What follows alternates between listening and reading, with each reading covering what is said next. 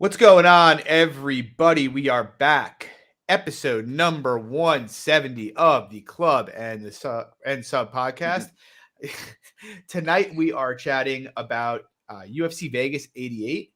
Main event tonight is going to be Tai Tuivasa, Marcin Tybura, or the main event on Saturday, I should say. The main event of the card we're talking about tonight is that. Yes.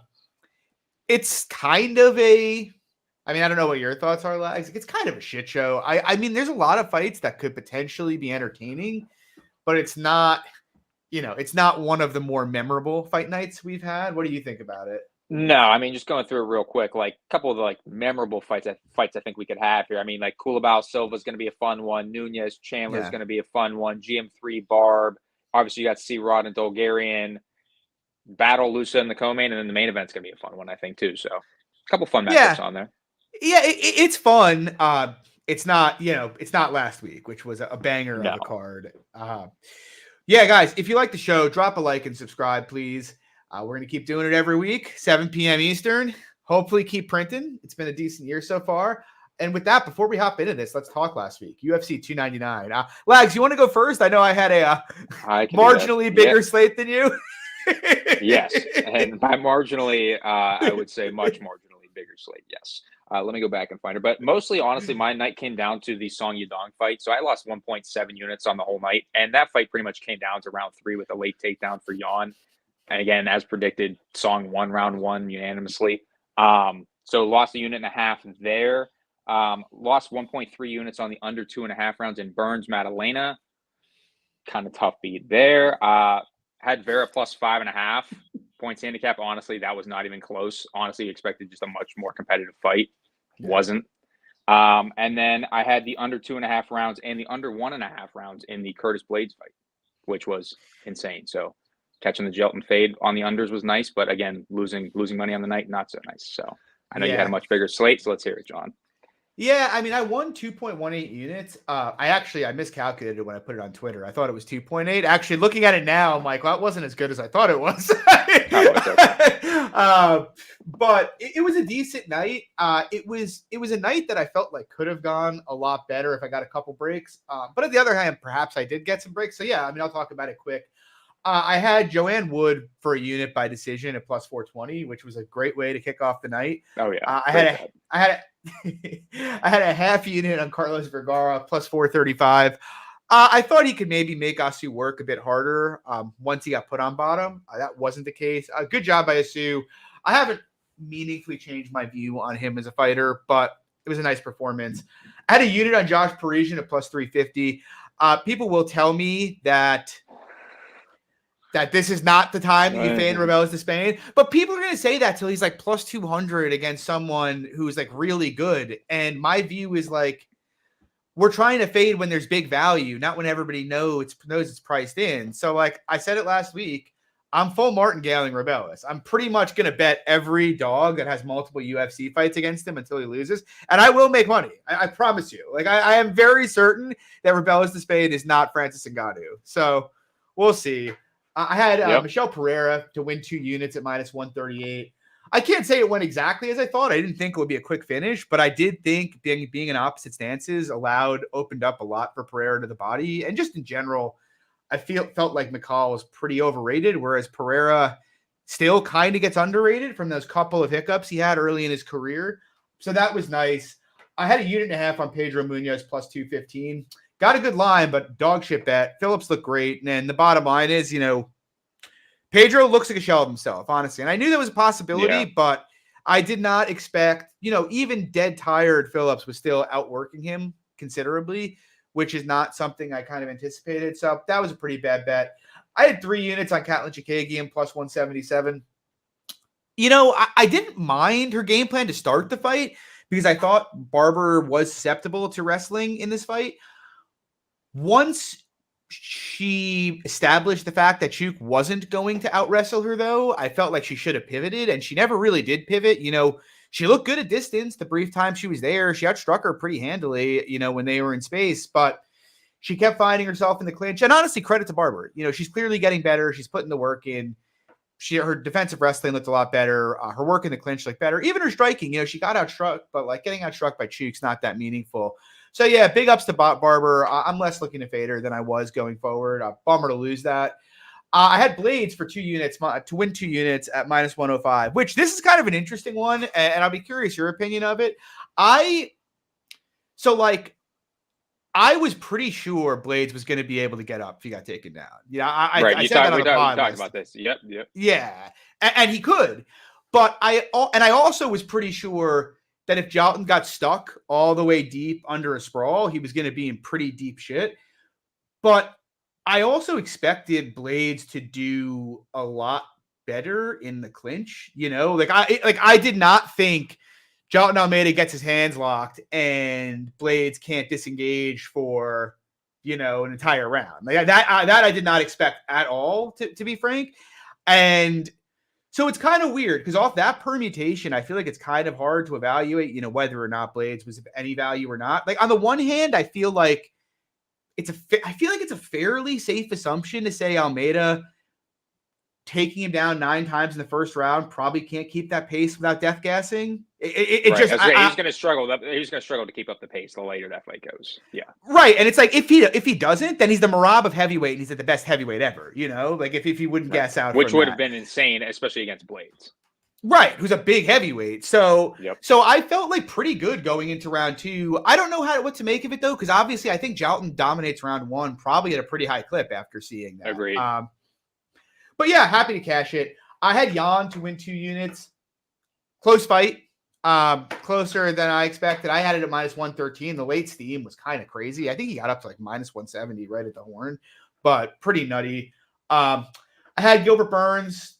Had a unit and a half on him, plus 155. As it turned out, had he made it to the horn, I would have. That's a tough beat. Won.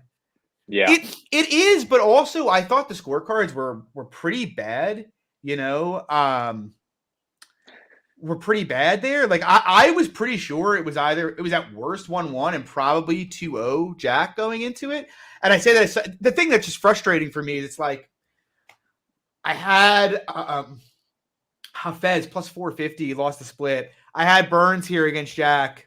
Yep. Was up 2 rounds. I had Holland lost the split. It's like, and now there's not going to be any value like fading Jack going forward. It's like probably like the only grappler he'd fight now is like the elite. So yeah, he's only going to fight elites now. So it's just annoying. I had Holland for 2.5 units minus 123. Oh, that was horrible. that was probably my worst bet of the year to date. That fight. I don't know what else to really even say about it. I mean, Holland just got totally outclassed in every way, shape, or form. Couldn't even consolidate when he got to top position. So, is what it is. I had Dustin Poirier for a unit of plus 202. I probably should have gone bigger than that, to be quite honest. But, like I said, this isn't Michael Chandler. It's not Habib Nurmagomedov. This is just like the levels that Dustin's been fighting at, just completely different than what BSD had been fighting at. I do think staff probably impacted BSD and made him gas earlier than he might have ordinarily. Yeah. And he did get the dominant positions, but like you saw, it's like BSD, I mean, this is not like an elite grappler. He's a good grappler and he's very physical. And on the feet, the dude just doesn't have the defense to hang in extended exchanges with Dustin. So yeah, I was happy with that. Sadly, in the main event, I cashed out of my O'Malley money line, which in retrospect really hurts. Just overthought it completely because honestly, the fight played similar to what I thought it was going to play out like. I thought O'Malley was going to outvolume him horrendously over the course of that fight. I felt like his ability to maintain distance meant Cheeto going full zombie mode was going to be tough. I did fortunately have a half unit on O'Malley by decision at plus 125.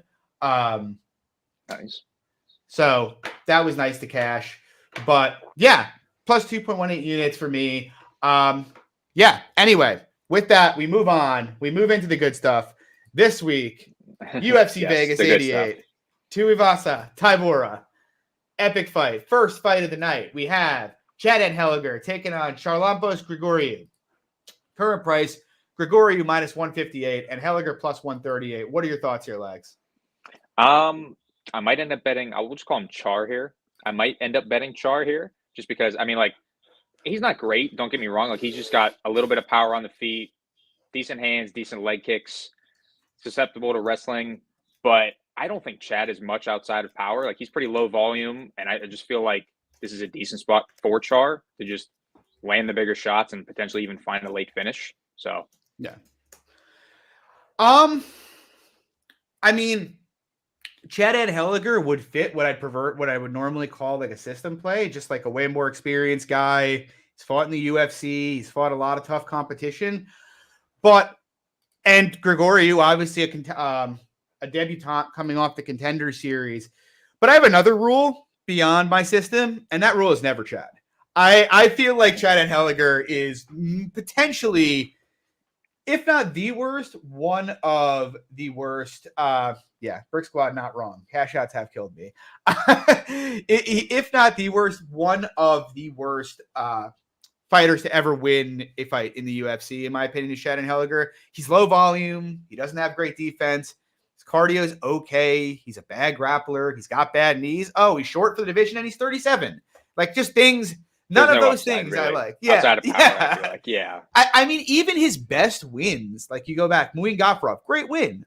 Brady Highstamp, pretty good win. But they've almost entirely relied on his opponents just death gassing themselves, not him really doing anything to, push a pace on them, So I just don't think Chad's very good. Obviously, he's tough, and I respect his toughness, but I can't bet the Gregorio side. Like, this kid, he's 8-3. I agree with you. Fast hands, good kicks, decent power. But he seems to have bad gas as well. And he's a debutante. That's like, fair. how's he gonna do in his first fight? I don't know. I don't really have any interest in laying juice on a debutante. I'm not going playing that game again. So to me, honestly, if it came under -150, I think it's just worth a small play for me personally, like, to win a unit. But yeah, that's fair. You could be right. And Chad, it is really. It's like he beat Strader, but like Jesse Strader is like sub UFC level, and that fight was like he got taken touch down and go. Times there. Yeah. Yeah. I mean, that fight he was losing, I think, on the cards heading into the last minute of the fight. Yeah. So it was a close fight. Yeah. And I bet Strader. I know that.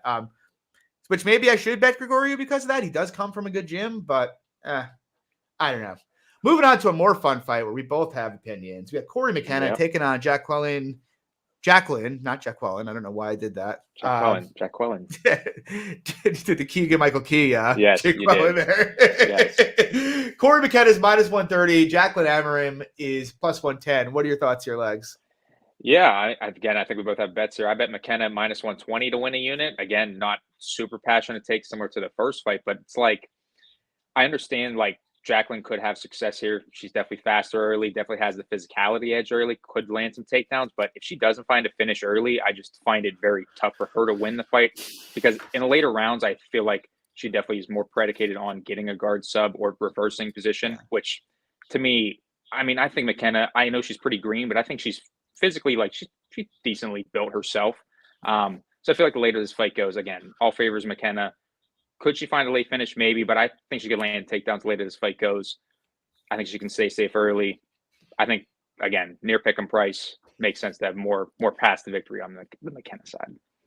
Yeah, I mean, I have some early dog McKenna. I think the current pre-fight line is about right. Maybe it could be a tad wider. I think you could go -150. Like that's where I cap it personally. Yeah, that's fair. I think I feel similarly to you. I mean, the truth is, for as dominant as Amarim's fight against Ruiz was in her last performance, that really still doesn't tell me anything. I mean, Montserrat Ruiz is not a UFC level fighter. She's nowhere near it. All she has is a head and arm throw, and that's it. So, I mean, Amarim, all of her pre-UFC fights were against very, very, very low level women. And then the one decent fighter she fought was Sam Hughes. And to her credit, she put Sam in a lot of trouble early in that fight. But, you saw her gas out trying to go for it like that. And you saw Sam pretty easily control her down the stretch in that fight. And I don't know. I mean, I think she could potentially do that to McKenna here. I say potentially because I do think Corey McKenna is a better wrestler than Jacqueline Amarim, like by a fairly decent margin.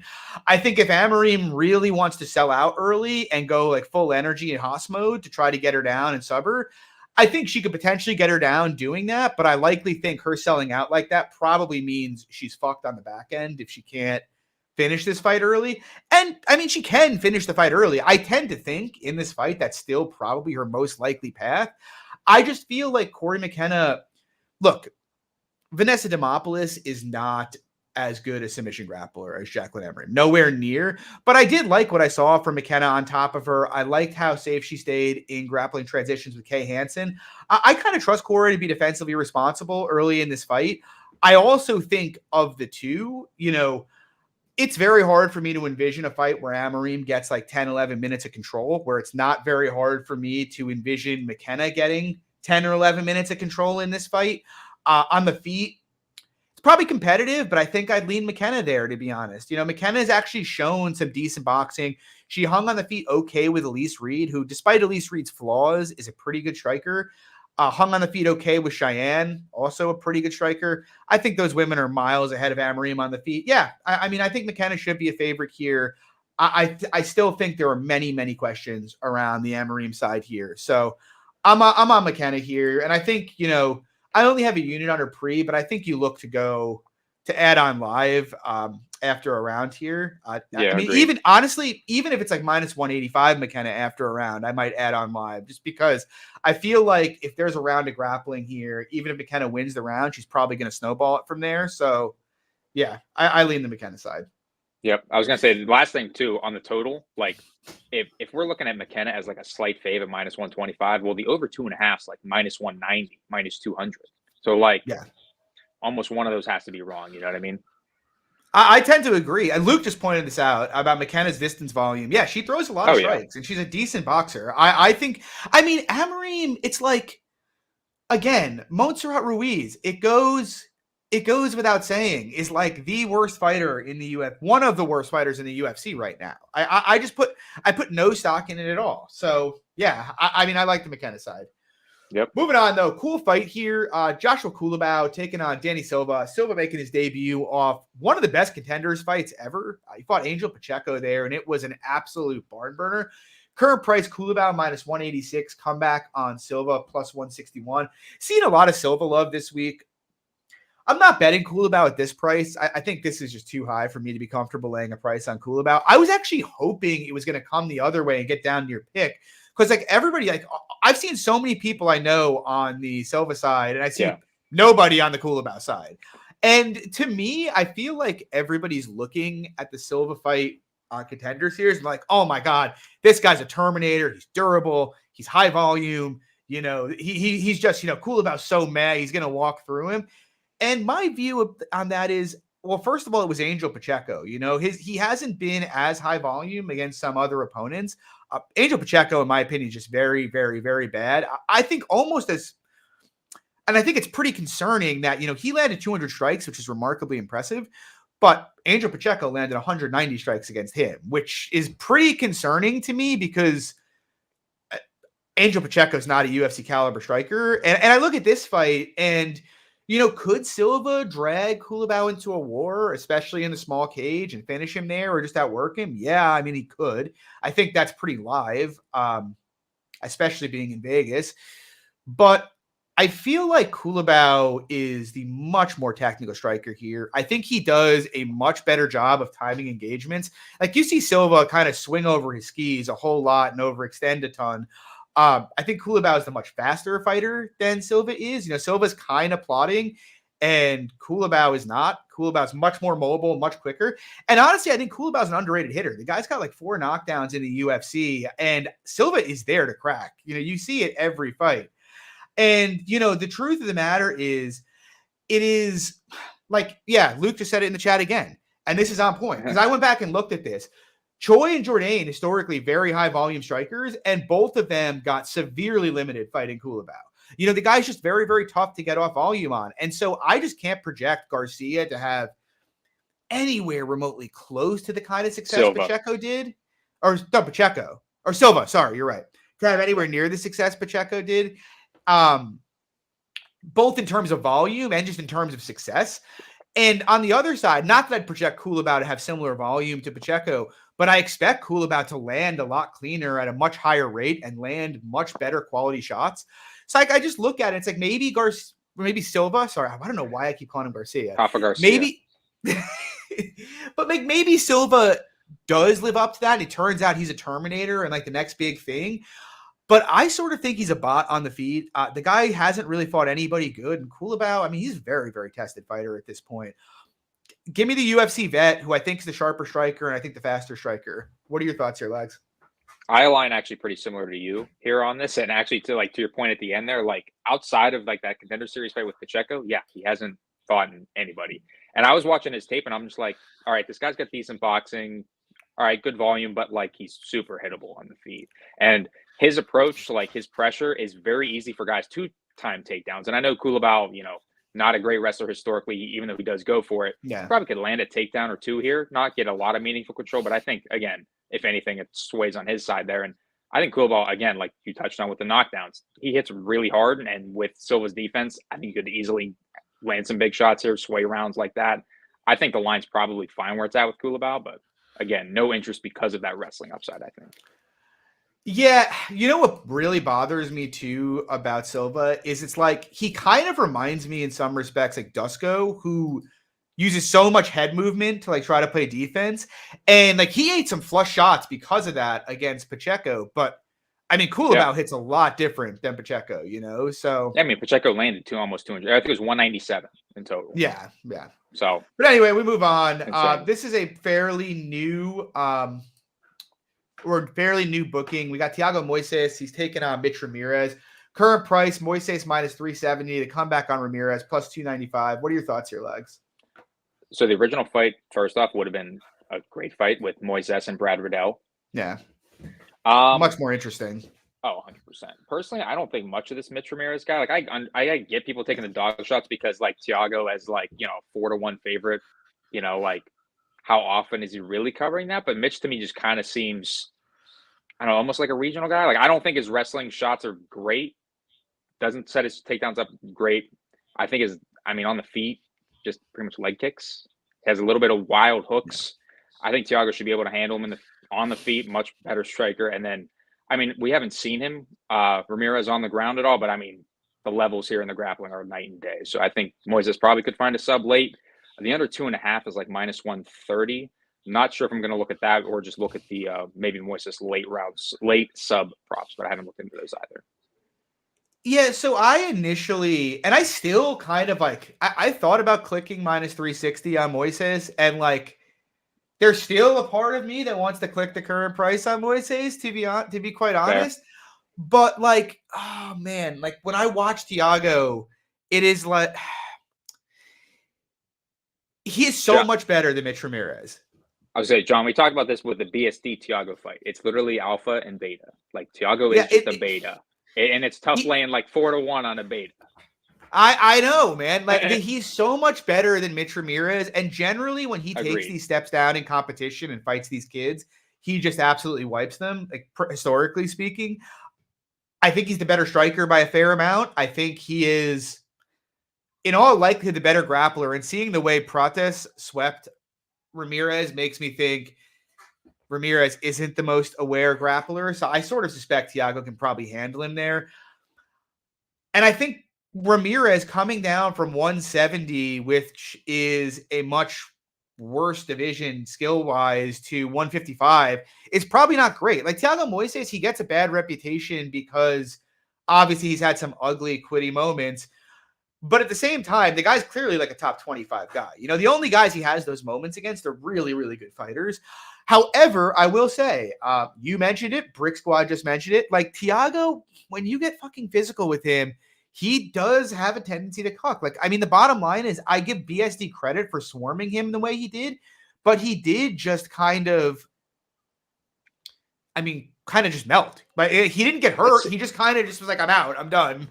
I'll give a little bit of a pass for both of the. I guess maybe you're not so forgiving as giving a pass, but like to me for the BSD and Joel Alvarez fight, like both of those guys are just physical specimens that are just going to come at you and just unleash hell. Here's the thing: I can give a pass to the BSD fight because that pace was insane.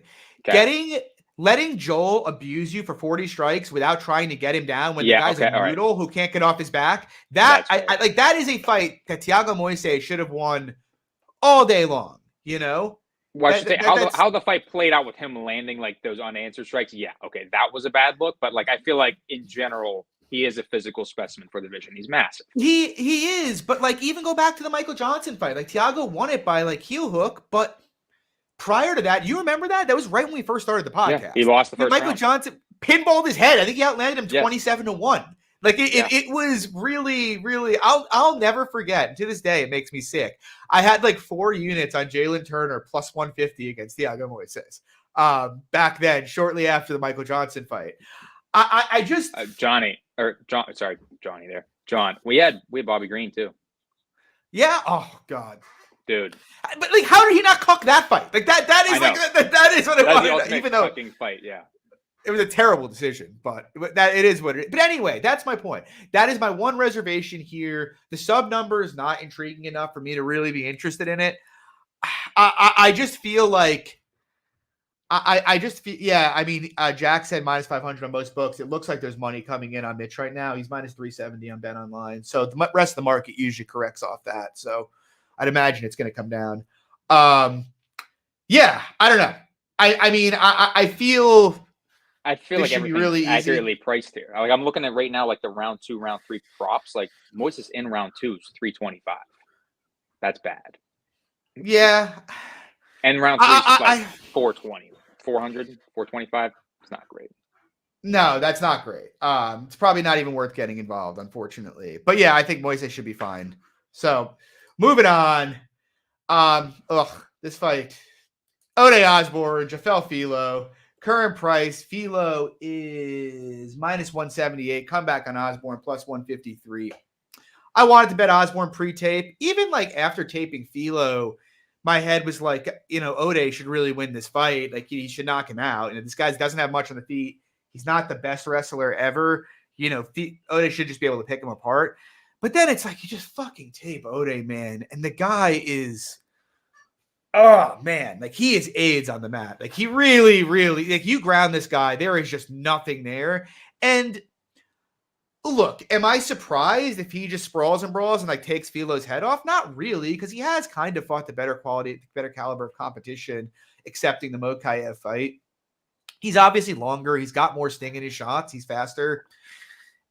But you have to think Filo's going to be shooting aggressively in this fight.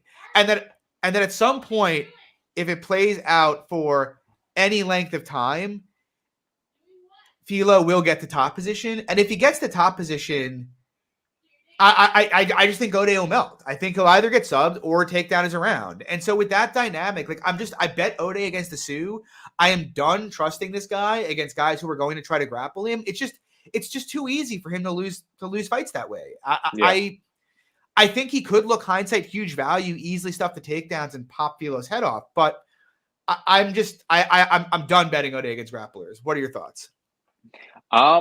Honestly, not that I don't have a strong. I guess I should say off the top, I don't have a strong read here, just because I don't think either of these guys are great personally. Like on the Filo side, like you touched on, striking's not that great, wrestling not that great, mostly just relying on the submissions. And then on the Ode side, kind of a gas bag, not a great defensive grappler, mostly relying on an early finish. So it's kind of tough in that aspect, but I would lean with the Filo side personally with the late takedowns here. I even think Glenbot said, you think he could sub early? I kind of think he could if he gets the top position fast enough, Yeah. But to your point, Ode's an athlete, is an explosive enough athlete that he might be able to just explode out of something early in the fight. And he's a much better striker here. So yeah, I think probably this fight would look better for live betting. Moving on though, I do have a bet here. We got Josiane Nunes. Same. She's taking on Chelsea Chandler. I have a unit and a half on the fight. I have a unit at Chandler plus 128. I have another half unit at plus 137. I think Nunes is terrible. I have made no secret about that on this pod. I bet Bea Malecki against her. And honestly, on rewatch that fight, the funny thing is, it was an ugly finish, but it was more competitive than I remember. Like Malecki pretty much landed everything she threw. She just gassed out 2.5 minutes into the fight and then got viciously knocked out. But I mean, you just watch Nunes. She's not a good wrestler. She got taken down 3 times by Ramona Pasquale, who's terrible. She fought Zara Farron last fight, who's a 40-year-old. Like the bottom barrel of the division. She is the woman they give you to kill, so they can kind of give you like a little bit of shine. And Farron literally almost won the fight and literally touched her with everything she threw. So, I mean, Josiane hits hard, but she's small. I think she's a bad grappler. I don't even think she's particularly fast. Like she fights like John Lineker. And bad cardio too. Yeah, she fights like John Lineker. She hits hard. She comes forward, which scares off some people, which can work at the very low levels. On the other side, Chelsea Chandler, I think Chandler's got her issues, to be honest. She's very hittable. Obviously, we have the epic gift that is. We really need to start doing our own graphics, so we could have just like pulled that up here when this when we talked about this fight of her running away from Norma Dumont. But ultimately, like, yeah, Chandler can be hittable, but I think she's faster than Nunes. Do you? Yeah, I kind of think. And honestly, I feel like people are making this fight, not to like cut you off and cut in your breakdown. No. I feel like people are making this fight seem like it's like a wash on the feet because like Norma made her, she hurt her on the feet and she started running out of the cage. It's like, well, first Norma is like minus 300 over Nunes. He probably easily. And then secondly, it's like, I think this fight's way more competitive because I feel like Chandler does have good boxing and she can, again, southpaw, and Pascal was landing pretty decent on her. That was a southpaw. Same kind of thing here. She has good power, Chandler. Yeah, I think she's going to touch her with the left literally So that was my take because I've seen some people be like, Nunes is the better striker. And I'm like, I think Chandler's going to touch her with the left every time she lets her hands go. I feel like last fight, Norma Dumont was only like minus 140 against Chelsea Chandler. And now Josiane Nunes is getting priced at more than that. To your point, I'd make Dumont a huge favorite against Nunes. Yep. So, I mean, on the feet, I think it's close. But, I mean, Chandler's way bigger. She's way longer than Nunes is. Or not way longer. She's way taller, though. So it should be competitive there. I think she has better cardio. And, like, if she gets on top of Nunes, I think she's going to wreck her. Like, she's a brown belt out of the Gracie camp with the Diaz bros from Stockton. I think the market's overcorrecting hugely here. I think Chandler has got much better physical tools. I think she is just a more well-schooled, well-versed fighter here. I think she should be fine. I made her like minus 125. I think she should take care of business. What are your thoughts, Lags? Again, kind of similar here. I have a unit and a half at plus 124 and line her a slight favorite just because, again, massive wrestling upside. She gets her down here. She's very likely to finish her, but it's probably going to be the round at bare minimum. Personally, I think also on top of like the Chandler money line, I think it doesn't go is good because at minus 105, like I think you easily, obviously Nunes, in my opinion, mostly a KO reliant in this spot. Like if this goes 15, I don't see how you're confident like with a minus 150 Nunes ticket. Yeah. And then, with the Chandler side again, with the grappling upside, definitely can find a finish if she gets her down. Moving on, we got Mike Davis, Natan Levy. Mike Davis coming back off a decent-sized layoff here. He's minus 420. The comeback on layoff, or Levy, not layoff, plus 320. What are your thoughts here, Legs? Do you think Natan Levy is live to score the upset? No, Natan Levy might as well be another layoff for Mike Davis. I think this is pretty much a walk in the park for Mike Davis. I think he could grapple Levy if he wanted to later in this fight. Levy, to me, just, again, doesn't have great cardio. His wrestling isn't that great either. His striking is mostly kicks. I think this is all Dave Davis. Yeah, I'm annoyed. Because I taped it on Sunday, and I think the price when I taped it was like $250. And it's like, I'm surprised it's coming in towards Levy. Maybe more people will bet it in further. I'm going to let it go. Because I actually really like Davis after taping it. And then I look Monday morning, it's minus 275. I'm like, okay, I'll see if there's any buyback. Wake up Tuesday morning, it's like it's minus 330. Now it's minus 420. Like the price is just gone. Which fucking sucks. So, but yeah, I mean, I think I'm with you. Mike Davis is better at everything.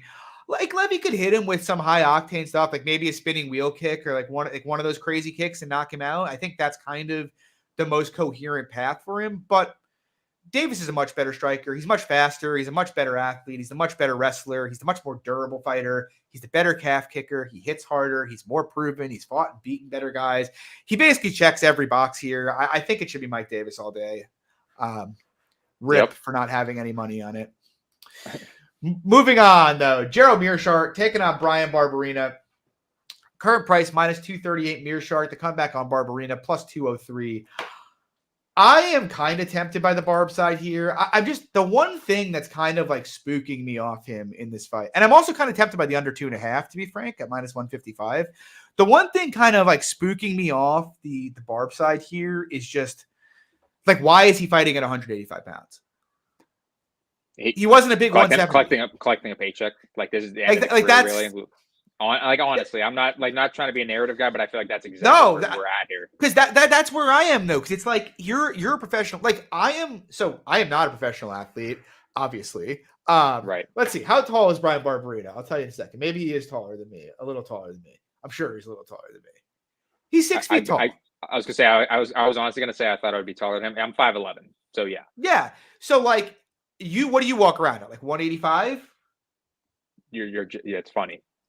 Brian Barbarina's got 35 pounds on me.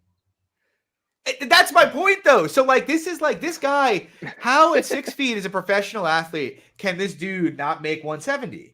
He's not like he isn't thick. No, you know, he's not muscle. He's not ripped. You'll see him on the weight. Yep. Yeah. So like I keep looking at this fight, and that's the one thing that's in my head is like Brian Barbarina is collecting a paycheck. Brian Barbarina is collecting a paycheck. And that's the one thing that really scares me here, because I actually think in theory it's a decent fight for him. You know, Mirart, I mean, he could take him down. Everybody takes Barb down. But I feel as if Mirart's grappling, it's more meme than people give it credit for. Like Mirart's not out here process grappling anybody. Like ever, it's all opportunistic. Yeah, exactly. Like front chokes, guillotines, and he's gotten an RNC before, but you don't ever see at any point in his career Mirart landing 4 or 5 takedowns, getting 9 minutes of control and working towards a sub. Usually it's he gets taken down, gets put back on bottom, sweeps again, and then somehow finds your neck. You know, that is the way that Gerald Mirart goes. Yes. And Barbarina usually does a pretty good job getting to the fence, getting his back to the fence, and getting up. You know, he defended takedowns from Anthony Ivy, who's a black belt himself, pretty well. And I think Ivy's probably a similar, if not better, wrestler than Mirart is. And on the feet, I mean, both guys can be hittable, but like Bam Bam is very, very durable. Whereas it's very clear to me that Gerald's durability is fading very, very rapidly. In addition to which, even fat Barbarina, I trust his cardio, whereas Gerald's cardio also seems to just be gone at this point. And that's the other reason I think he can't process grapple here. If GM3 comes out shooting 8 to 10 takedowns, he's going to like have cardiac arrest in like the middle of round 2. So on paper, I feel like it's a very favorable fight for Barbarina, especially at the number. And I'm thinking of betting it. But at the same time, you know, Gerald's the much bigger fighter. He's been fighting at 185 his whole career. And Brian Barbarina is a 170-pounder who probably could have made 155, who's now at like 34 years old fighting at 185. So I don't know. What are your thoughts on it? To me, not to have an easy cop out here, but I feel like this is Yes. Yeah. Not to have a cop out here, but I feel like this is an easy stay away fight. Not even looking here, John. Outside of the Lawler fight, what is Brian Barbarina's best win as of late? Of his career? As of late. I mean, he gave Leon Edwards a really tough fight. He knocked down Leon Edwards. He almost finished him. He's had some pretty big bangers. He would have beaten Luque. John, that was 7 years ago. Okay, but he would have beaten Luque if the fight went 30 seconds more. He was up 2 rounds against Luque. That's what I'm saying. That was the last performance, in my opinion. Going from there, okay, Randy Brown kicks his ass personally. Ivy he wins the decision there. Ivy takes him down numerous times. Close-ish fight with the guy that doesn't belong in the UFC. Jason Witt loses a decision to Jason Witt, who, again, takes him down numerous times. One of the worst to ever do it. Darian Weeks, a guy that really doesn't belong in the UFC. Was way too close. That fight was way too close. I bet Barbarina big in that fight. Yes. Matt Brown, another one. Split decision. Matt Brown takes him down 5 times. Another close fight with an aged Matt Brown that is, a skeleton. Absolute skeleton. Then you have the Robbie Lawler fight. And then obviously 3 straight losses to top-level talent, RDA, Gunnar, and Muradov. But, I agree with you in the sense that, yes, GM3 opportunistic. It's more opportunistic than process, but I can't do it with Barb with just the takedown. I'll be honest, glaring hole. You made a very compelling point. Enough of a compelling point for me to not want to. Honestly, I hadn't thought about it like that in my head. It's funny because I was coming into this fight, and I'm not a huge big dog guy, but I'm like, all right, GM3 again. It's opportunistic subs. It's not a process subs. Barb, ton of volume here. GM3 kind of weakish chin. All right, what's the case here? And then I look UFC stats going through Barb's just takedown defense and looking at all the takedowns, and it's like, oh yeah. Literally one slip up in this fight could be over. So I'm perfectly fine. That you made a very, very reasonable point. And I think I would be very upset with myself for like that going the Matt Brown fight. I bet him against Matt Brown too, and that was so much sweatier than I imagined it would be. And you bet him against Can't do it Ivy, the I Weeks know, fight. too. Yeah. No, I bet Ivy against him. Oh, which okay. did not go well. Yeah. Moving on though. We got a rebook here from years and years ago, Ultimate Fighter finale. We got Macy Chasson. She's taking on Pani Kianzad. Current price, Macy minus 230. Comeback Kianzad plus 195. What are your thoughts here, Lex? Personally, I get the steam, and I actually was kind of bummed that I didn't get in on it early because while Macy, she's not great technically, just her dexterity, just massive frame, just makes it very easy to grapple girls, especially Pani, who's fairly one-dimensional boxer, struggles in the defensive grappling department. I think Macy, again, could probably find a finish similar to how she did in her last fight and the last time they fought. Yeah, I'm with you 100%. And I feel the same way because I didn't look at it till last night either. I feel that I'm not a big Macy fan, but she is physical and she's a decent wrestler. Like her being able to take Irene Aldana down 4 or 5 times was pretty impressive to me, especially because I think Aldana is a much better defensive wrestler than Pani is. Like Pani's not bad, but I don't think her hips are as strong. And with Macy's physicality, you really need to be able to dig in and have strong hips and get her arms up. Otherwise, like if she gets her hands locked, you're usually going to the mat. And I mean, I've been saying it for years, and somehow I've never made money on it. But Pani on bottom is quite poor. And, you know, the last time she had a fight like this, I guess, was Ketlin, which was fairly easy work for Ketlin. But before that, it was Sarge, and Sarge was dumpstering her, and then Sarge did Sarge things and gassed out. Look, if Pani keeps this upright, she's probably going to win the fight. She's a clean boxer. She throws good volume. She's a much better boxer than Macy is, and she's shown that against a fairly decent level of competition. But yeah, I'm with you. I think Pani gets the takedowns. I think she controls her here, potentially finishes Macy, her late. but yeah, or Macy. Sorry, yeah. I know what you meant there. I know. Moving on though, Isaac Dulgarian, Christian Rodriguez. Current price on Dulgarian minus 188. Comeback on Rodriguez plus 163. I bet a good amount of Dulgarian at minus 125. And I'll be honest, like, first of all, I think the line where it is now is it's at best, I think, right. I think it's possible. It's gone off the deep end. So wide, yeah. I'm actually considering like just seeing what I can free roll on it, just because. So my general thinking is C-Rod being up at 145 is probably not great for him against the guy who always fights there. Granted, they're going to be about the same size, but like, we've seen Isaac throw around bigger 45ers than C-Rod. The guy's obviously very, very strong. And I know I've heard great things about him in the gym. I know his wrestling pedigree is like legit, and his control seems very legit to me. And so I think he's going to get C-Rod down. I'm pretty sure he'll get C-Rod down in this fight and likely get a fair amount of control time. Especially since C-Rod kind of seems like if you can get to his hips, he's a bit noodly there. But at the same time, thinking that we still haven't seen Isaac go past round 1 once in his career yet. So his cardio is a bit of an unknown. I'm inclined to think his cardio is pretty good just because he looked like at the end of the first round of his last fight with Marshall, he looked totally fine. But I mean, who knows what it looks like after 10 minutes? How does it look like if you eat 10 to 20 headshots or fight 2 to 3 guillotine attempts, which you'll probably have to do with C-Rod? I don't know. I think he's a much better wrestler and control grappler than someone like Raul Rosas. I'm like pretty sure about that, but also it could look like that. I'm not positive. Yeah, there's just a lot of questions. I think there's just a lot of questions. I think just for the price you got it to chime in was good, but I think where it's at now is just. But even now, I'm thinking about it, and I'm like, I feel like when I get this much CLV, like I should keep it. But at the same time, there's a part of me that's don't cash out, Brick Squad. Don't cash out. It's true. This is when I don't cash out and hook an anaconda in the first round.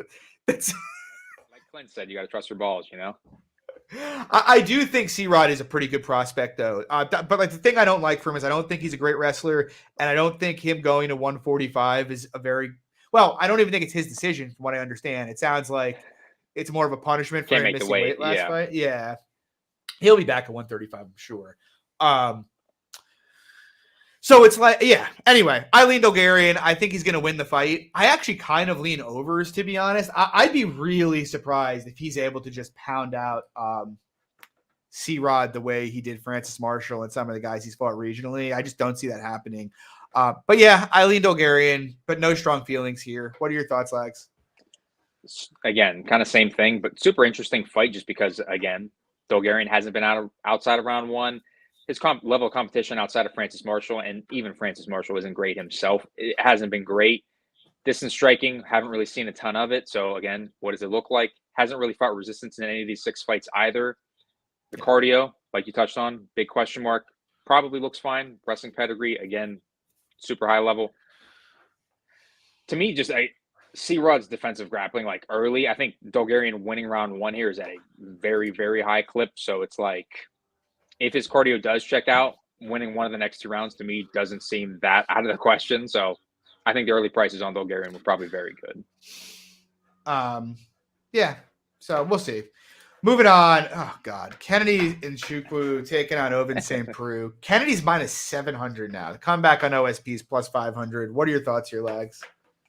I didn't realize it was up to 7-1 now. Yeah, it's wild. Wow.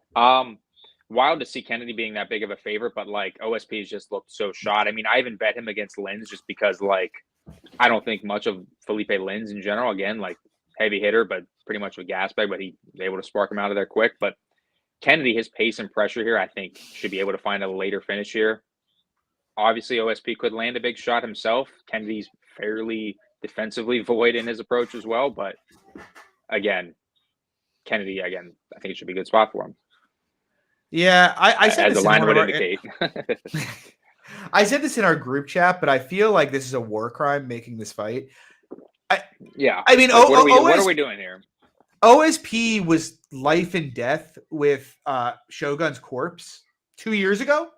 2 years ago, he should not be in the UFC anymore.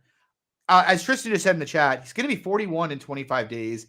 The Lynch fight and how quickly he went out there was pretty worrisome because that's durability. OSP's always at least had, if not great durability, great recoverability. And he seems shot. He's old. He's slow. His speed is gone, which is always a huge asset for a guy his size. His defense is gone. Can't really grapple anymore. I've always had major, I don't want to say issues, but I've always thought Kennedy was a bit on the overrated side. But I mean, the guy he's a long, very physical, athletic fighter who hits pretty hard and is very, especially in the clinch, is really nasty. And I mean, this is the epitome of what is Kennedy? 32 years old, 33 years old, something like that, in like prime physical form at 205, 31. Yeah. I mean, he's longer, he's taller. I think he assassinates OSP. I don't really see many ways to play it. I love OSP. I hate that this is a fight is being made. I wish he'd just retire. I don't think he needs to get iced a couple more times, but I thought he was honestly get cut after the Lens fight. Me too. I thought that was such a bad look. I'm like, all right, he's getting cut. They probably don't want to cut him though. He's fought like 35 times in the UFC or 30 times, you know. But it's like Sam Alvey. Don't give him fights like Kennedy though. Like give him, I know. Give him the veteran-ish type treatment here.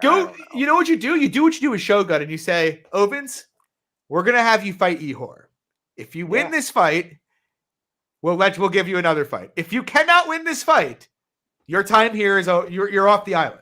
That's it. You don't say let's give him the guy whose nickname is African Savage and is taller, longer, more durable, and hits harder. You know, like this is it's not great. Give him like Negamariano. Yeah, that's that Negamariano. There's plenty of shit at 205 they could give him. Yes. That's not a cyborg who's going to walk forward and try to kill him. Moving on, though. Brian Battle, Angelusa. Price on Brian Battle, minus 180. The comeback on Angelusa, plus 155. What are your thoughts here? Super interesting fight, really. I'm tempted on the Lusa side just because I feel like there is wrestling upside for him, and I feel like in the striking it's pretty competitive just because Battle to me, again, it's mostly just kicks on the feet. Striking defense isn't that great. But again, on the Lusa side, I don't think his cardio is that great. And I feel like if he does wind up with entanglements in the grappling, I think Battle could end up subbing him. So I'm probably going to end up passing it. But I feel like both Lusa money line, I think the plus 3.5 at like minus 140 is a good shot. And I think, like you're probably going to mention here, the under 2.5 is, I think, a good shot as well. Yeah, I don't know. You and I talked about this earlier a bit. We did. I'm torn on this one. I think Battle's a better fighter. I do. I mean, he's taller, he's longer, he's got more reliable volume, he's got more reliable cardio. I think in extended grappling exchanges, he's probably a better grappler. But at the same time, I just feel like Battle, like Luce is pretty aggressive, man. And if you crash forward and get inside on Battle, like the dude is there to be absolutely mugged. You know, he can get hit, he can get taken down. Hardware, I think it's kind of tough to measure because I sort of think Battle is more durable than Lusa is, but also I think Lusa hits a lot harder than Battle. I don't actually. I know Battle iced Gabe Green, but I feel like that was more Green just going full retard than it was Battle. That was hilarious. That was dude. Hilarious. What was it's funny because like extreme pressure was the right idea, but like just biting the mouthpiece with your chin in the air and like swinging in the was not it. Not it. No, it was outrageous. But I feel as if, yeah, I don't know. I trust Battle's volume more. I trust him in round 3 more. I think if Lusa tries to grapple him, he could get himself in a lot of trouble here because unless you're like a punishing heavy grappler like a Renat, Battle's kind of a funky guy to deal with because he's tall and long and he kind of knows how to use like those arms and legs to create chokes that allow him to sweep and get to dominant positions. And I think that could cause Lusa a fair amount of issues. But yeah, I can't ignore the power difference and how hittable Battle is here. I think Lusa is probably the better pure athlete with more horsepower in his hands. He's going to come forward. He's going to bite down. And I think he's going to land some heavy shots here. So I said it to you earlier today, but like my view of this fight is you can sell me on Battle being like minus 180, maybe minus 200 from here. But you can't really sell me on him being past that just because I think Lusa hits so much harder and is just so much more dangerous on the feet. Whereas if you told me this fight plays out and looks pick'em to even lean Lusa, I'm not really going to be surprised by it just because I do think Lusa's athleticism could lend itself to having a good amount of success here or hurting and finishing Battle. My instinct is that the under is probably off just because I do think these dudes are going to bite down and swing a bit. And I do feel like if Lusa initiates the grappling, there might be opportunities for Battle to choke him out. But I don't know if I'll play it. Plus 170 just seems like a big number for what should be a high-volume firefight with Lusa, who's not the most durable ever, and Battle, who we've seen get hurt bad before. But I lean Battle. I think he'll win this fight. Moving on, we get the main event. Tai Tuivasa. He's taking on Marcin Tybura. Current price, Tuivasa minus 121. Come back on Tybura, plus 101. I lean to the Tybura side. Oh, we lose you, John? All right. Well, I think John must have accidentally clicked leave instead of probably the chat to type that in there. I'm guessing you accidentally hit leave instead of the chat there.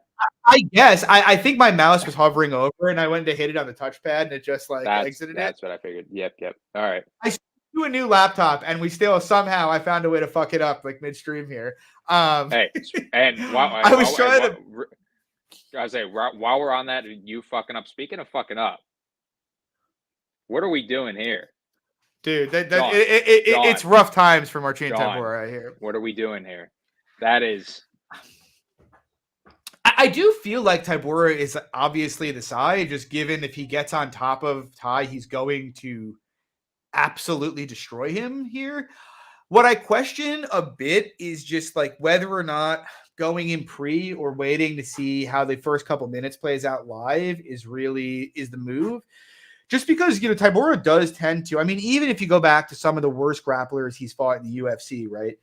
Like Greg Hardy spent a round beating the ever-loving shit out of Tybura, before he found to get a takedown. Ben Rothwell, he's not the worst grappler, but pretty bad on bottom. Same deal. Even the Blagoy fight, he didn't take Blagoy down for 2 rounds in that fight. Volkov didn't get him down at all. Walt Harris, the first 3 minutes of the round, though, he was getting beaten up a bit.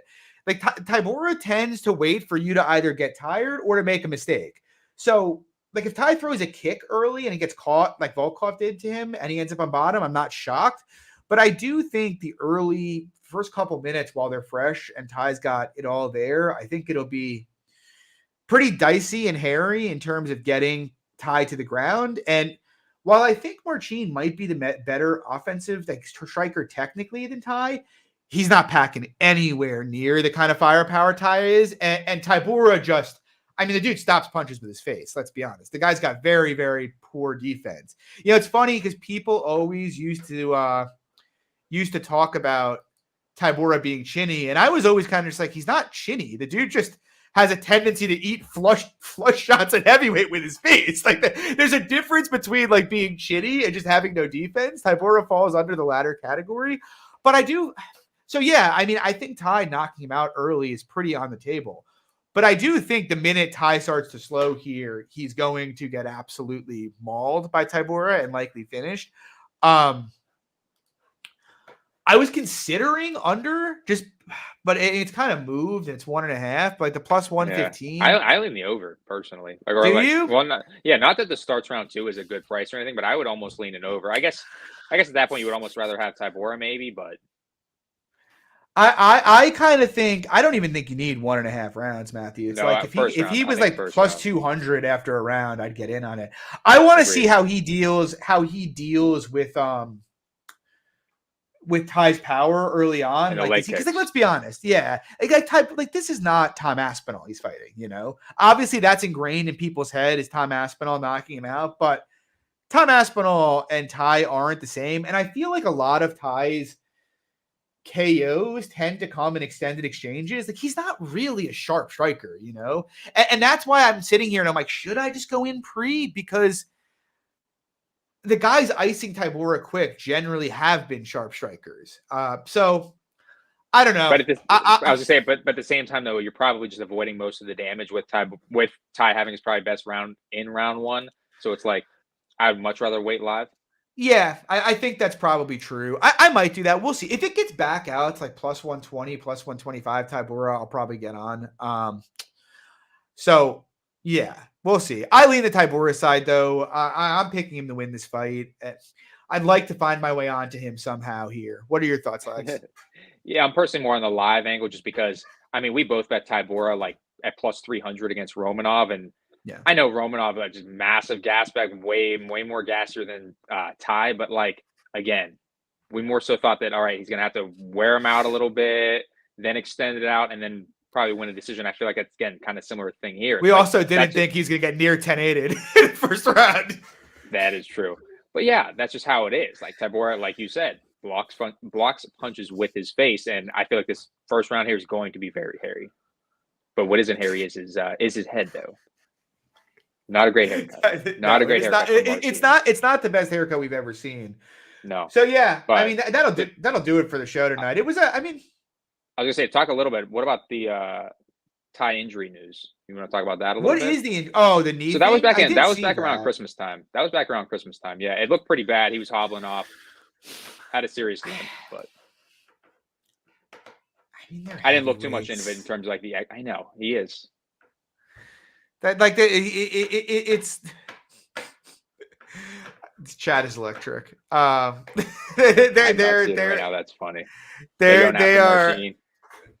Yeah, they're heavyweights, but I'm trying to think of the best way to say this but like we had talked about it. It's known news, right? So I feel like if the knee was still there, someone would know about it, and this line would be steaming out a lot worse than it is. You know what I mean? That's fair. So I'm not really. I don't know. It is something to think about, right? In terms of like why you wouldn't bet the Tai side. You know, I couldn't. I'll be honest with you. Tyson Pedro just retired. I know some people like just might give credence to the Tai side, like, oh, Tybura is not, very lethal at all. I get that, but like, what is Ty's upside in a 5-round fight here? Oh, he's fucking. It's not going 5 rounds though. I understand that, but that's what I'm saying. Like, I don't get the want to play juice on Tai, even though it's like minus 120. I agree. And for what it's worth, Aspinall is the only guy to knock out Tybura since 2019. And like that run includes Hardy, Rothwell, Volkov, Harris. It's not like he hasn't fought any guys that can pack some heat. Yeah. But yeah. Yeah, I mean, we'll see. I like Tai. I'm with you, though. I feel like Ty's upside is limited to a first 7-minute KO. The thing is, it's just fucking heavyweight, and that shit happens. Right, and it's very live, and it can happen. But like minus 125, are you trying to lay that? No. Like, no. Absolutely. And I feel like Tybura, he's kind of. I mean, the guy's a crafty vet for what it's worth. Like, he kind of knows his limitations. So yeah. But anyway, guys, that'll do it for tonight. We'll be back same time next week. That is not a pay-per-view. I think do we have 3 more cards before UFC 300? We might. I think we do. Let me. Yeah. Yeah, we do. 3 more cards. Yeah. First weekend of April is UFC 300. Yeah, so we'll be back. We'll be back next week, same time. There is a PFL next week, so I'm going to try to do a show for that as well. Actually, fun fact, I hadn't seen this till last night, and it did get the juices flowing, depending what the odds come out as. But on April 6th, Marvin Vettori is fighting Brendan Allen in a main event. You know what side I would like to bet in that fight. Oh, yeah. I already know. I already know what side you're betting on that. Well, it depends what the line is, right? I mean, Right. I sort of feel like Vettori's going to be a big favorite, but, we'll see. Yeah. But yeah, a lot of interesting fights coming up. A lot more weeks to go before we have a week off. So, just when baby wants to come on for UFC 300, possibly. We'll see. We'll have a chat. All right. We were. Anyway, guys, thanks for coming out tonight. Drop a like, subscribe. We will see you next week, 7 p.m. Good luck this weekend. Peace.